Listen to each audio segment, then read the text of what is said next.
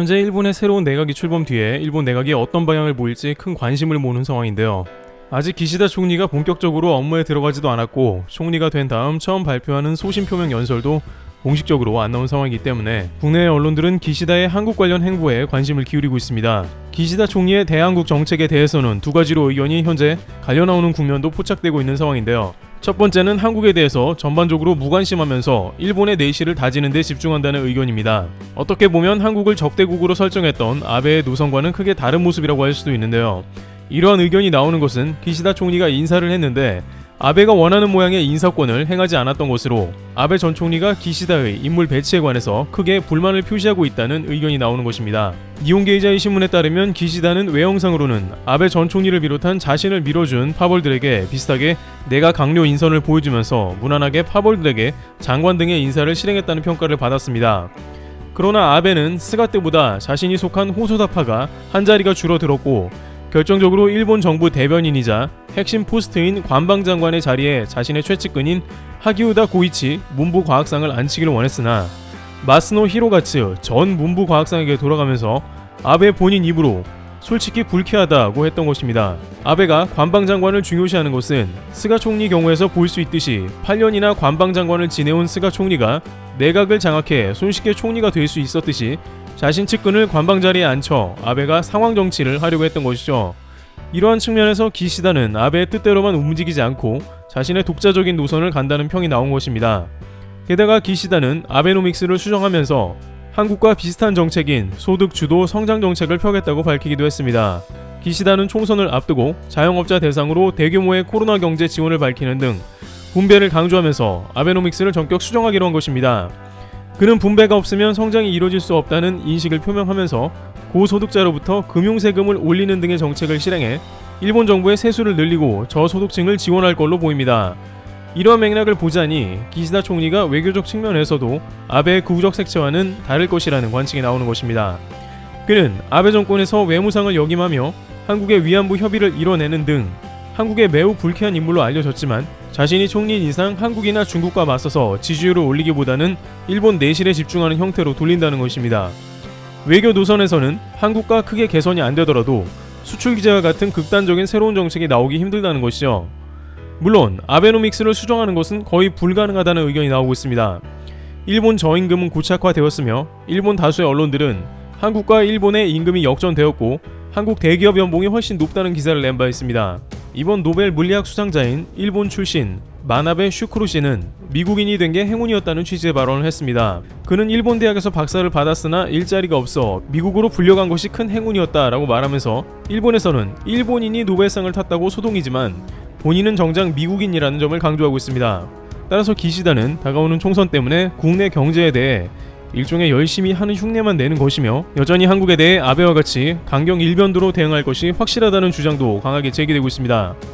결국 총리가 되게 하는 힘을 가지고 있는 것은 아베와 같은 자민당의 호소다파를 비롯한 파벌 정치 세력이기 때문에 기시다는 일본 국내 정책 등에서 일부분만 조정할 뿐 외교에 있어서는 아베를 만족시킬 것이라는 예상입니다.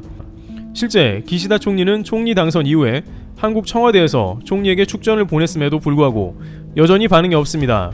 심지어 아베의 관방장관이었던 스가 총리의 경우에도 축전에 대해 감사를 표한다는 반응이라도 보였습니다만 기시다는 아직까지 무시로 일관하는 등 한국에 대해서 외교 무례를 범한다는 이야기가 등장하는 것이죠. 미국을 시작으로 호주 등 일본과의 동맹이라 생각하는 서방사회와는 직접 통화를 하는 등의 움직임을 보였으나 한국에 대해서는 축전에 대해 반응도 하지 않고 특유의 무시하는 반응으로 일관하고 있다는 의견이 나옵니다. 실제 스가 총리의 경우 강창일 주일 한국 대사를 임기가 끝날 때까지 한 번도 만나주지 않는 무례를 범했습니다. 어떻게 보면 한일 관계가 안 좋으니 안 만날 수도 있겠다는 생각이 들지만 한국과 일본 수교 역사상 처음 있는 일로 양국은 지금까지 아무리 외교적으로 관계가 나쁘더라도 자국에 파견된 대사는 한 번씩 만나주는 게 관례였으므로 모퉁이 외무상 역시 강창일 대사를 만나지 않았는데 이는 일본의 의도적인 한국 무시를 보여주는 대목입니다. 기시다 총리도 똑같이 당분간은 의도적으로 한국에 대해 언급을 자제하며 무시하는 행보를 보인다는 것입니다. 이에 대해 6일 한국 야당에서는 한국 대사가 일본 수상과 외무상을 못 만난 게 처음이라며 문책을 하기도 했으나 강창일 대사는 한국 대사를 바빠서 못 만나겠다는 일본의 외무상 수준을 거론하며 대응하는 등 논란도 일었습니다. 그런데 기시다 내각은 본색을 드러내는데요. 한국이 납득할 수 없는 조치가 등장한 것입니다. 현재 한일 간에 일본이 한국만 입국을 막고 있다는 정황이 등장하면서 논란이 나오고 있는 것입니다. 일각에서는 일본은 한국을 여전히 코로나 오염국으로 본다는 의견도 나오고 있습니다. 일본은 현재 확진자가 1000명대가 나오고 있지만 한국은 인구가 반밖에 안 되는데도 확진자가 2배라는 것이죠. 그런데 이러한 의견이 황당한 것은 일본은 현재 코로나 전국민 검사를 유료로 전환한 것으로 보입니다. 일본 당국은 도쿄올림픽 때 코로나 검사를 무료로 돌려서 코로나 확산세를 잡겠다고 발표했지만 도쿄올림픽도 끝나고 위드 코로나로 전환하면서 코로나 검사 비용을 대폭 인상해버린 것입니다. 이렇게 되면 코로나 검사 비용이 비싸니까 많은 이들이 중증이 아닌 이상은 코로나 검사를 회피하게 됩니다. 많은 이들은 기시다 총리가 되면서 위드 코로나로 가고 일부러 확진자를 낮추려고 유료 검사로 전환했다고 비판하면서 현재 일본 확진자가 대폭 9월 말부터 줄어든 것은 상당히 비싸진 유료 검사 때문이라고 입을 모으고 있습니다. 그런데 이러한 주장에 힘을 싣는 정황이 나왔는데 일본이 한국에만 백신 접종자 차별을 둔다는 것입니다. 구체적으로는 백신 접종자 입국 격리 유예에서 일본은 한국을 그 대상에 포함시키지 않은 것으로 보입니다. 한국은 백신을 맞아도 일본에서 좀 더 격리되어야 하며 입국 시에 매우 불편을 겪는 상황이 된 것인데요. 물론 국가별로 이러한 정책이 존재하긴 합니다만 일본은 단지 한국에만 이러한 조치를 내린 것으로 확인되고 있습니다. 후생성에 따르면 일본 정부는 10월부터 백신 접종한 외국인 격리를 14일에서 10일로 줄이기로 했으며 위드 코로나와 함께 좀 더 외국인들을 일본으로 받아들이는 방향으로 가겠다는 방침을 밝혔습니다. 일본 경제계를 비롯한 다방면에서 적어도 비즈니스 입국자들은 격리 면제를 해주라는 요구가 빗발치자 격리일 수를 14일에서 10일로 줄이는 조치를 내렸는데 그 와중에 유독 한국만 빠졌다는 것으로 보입니다. 베트남, 태국 등 확진자가 무수하게 발생한 나라들도 포함이 되었지만 한국은 그 대상에서 빠져버린 것입니다. 개발도상국도 대거 포함된 백신 접종자 격리 단축 리스트에 한국만 유독 제외된 이유를 살펴보면 황당하다는데요. 우선 한국은 10월 현재 일본에서 입국하는 일본인 포함 제외 국민에 대해서 백신 접종 시 격리를 면제해주고 있습니다. 물론 도쿄올림픽 이후 일본의 확진자가 급증했을 때 한 달간 일본의 백신 접종자라도 격리를 반드시 실행하기도 했습니다. 특히 일본은 페루와 함께 람다 변이가 유행하는 유일한 아시아 국가이기도 했기 때문에 취해진 조치였습니다. 일본은 도쿄올림픽 때문에 남미에서 대거 인원이 유입되고 기존 페루와 브라질과 본래 왕래가 잦은 국가이기도 해서 람다 변이 유행국으로 지정되면서 질병청은 일본에서 백신 접종을 했더라도 격리를 하는 조치를 한 바 있습니다. 그러나 한국은 10월 들어서 일본의 확진자가 감소세이기도 하고 전 세계적으로 백신 접종자들의 격리 면제가 진행되는 추세라 일본을 비롯한 인도 등 20개국을 다시 10월 들어 제외했고 일본은 이제 PCR 검사한 내용만 있으면 격리가 면제됩니다.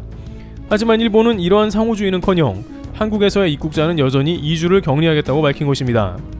또한 미국이나 유럽 등 확진자가 많은 나라들도 대거 포함되는데 한국이 빠진 것에 대해 황당하다는 것이죠. 그런데 결국 이러한 이유에 대해서 정확하게 일본 정부는 밝히지 않았지만 결국 외교적이라는 이유란 의견이 나옵니다. 왜냐하면 일본 정부는 2020년에도 한일 간의 비즈니스 패스트트랙을 한국과 의논 없이 먼저 폐지했습니다. 특히 일본 정치권에서는 수출 규제 이후에 한국과의 외교 관계 악화 이후 이른바 비한 3원칙을 실시하고 있습니다. 자민당 고위급 의원들은 가르쳐주지 않고 돕지 않고 상관하지 않겠다며 한국을 무시하고 제멋대로 한다는 것이죠. 교도통신은 일본 정치권에서는 혐한 분위기가 팽배했고 이를 거스를 수 없는 분위기라고 전한 바 있습니다. 그래서 한국보다 훨씬 방역이 좋지 않고 확진자가 많은 나라들은 격리 유예 리스트에 포함되지만 한국은 전격 이것에 빼면서 그러한 일본의 정치적 방향을 보여주고 있으며 기시다 총리도 한국에 대해 앞으로 아베나 스가처럼 무시하거나 강경 일변도로 흐를 가능성이 크다는 의견이 나오는 것입니다. 또한 후생성은 정부 기관이기 때문에 기시다 총리가 부임한 이상 알아서 상급자에게 기여해야 하는 표현인 손탁 정치를 이러한 입국 격리 단축 리스트에서 한국을 전격 빼버리면서 한국에 대한 의중을 표현한 것입니다. 한국에 대해서는 정치적으로 입국을 최대한 막으며 일본의 고자세를 보여준다는 것이 그 행보인 것입니다. 호사카 교수의 말처럼 한국과의 관계가 개선될 가능성이 매우 낮다는 것입니다. 그러나 이러한 모습은 결국 일본을 다시 한번 국제무대에서 고립시킬 것이라는 관측이 됩니다.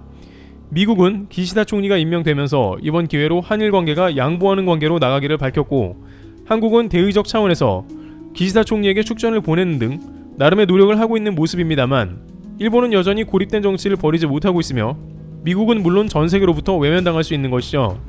특히 미래 첨단 디지털 사회를 맞이해야 하는 일본은 한국과의 관계 단절로 더욱 손해를 보게 되는 것입니다. 이와 같이 일본은 총리가 바뀌자마자 한국을 제외하며 한국에 대한 강경책을 이어가는 모습입니다. 그러나 결국 일본 국내외에서 끊임없이 도태되며 국제사회에서 고립되는 방향으로 갈 것으로 보입니다. 트리블TV였습니다. 감사합니다.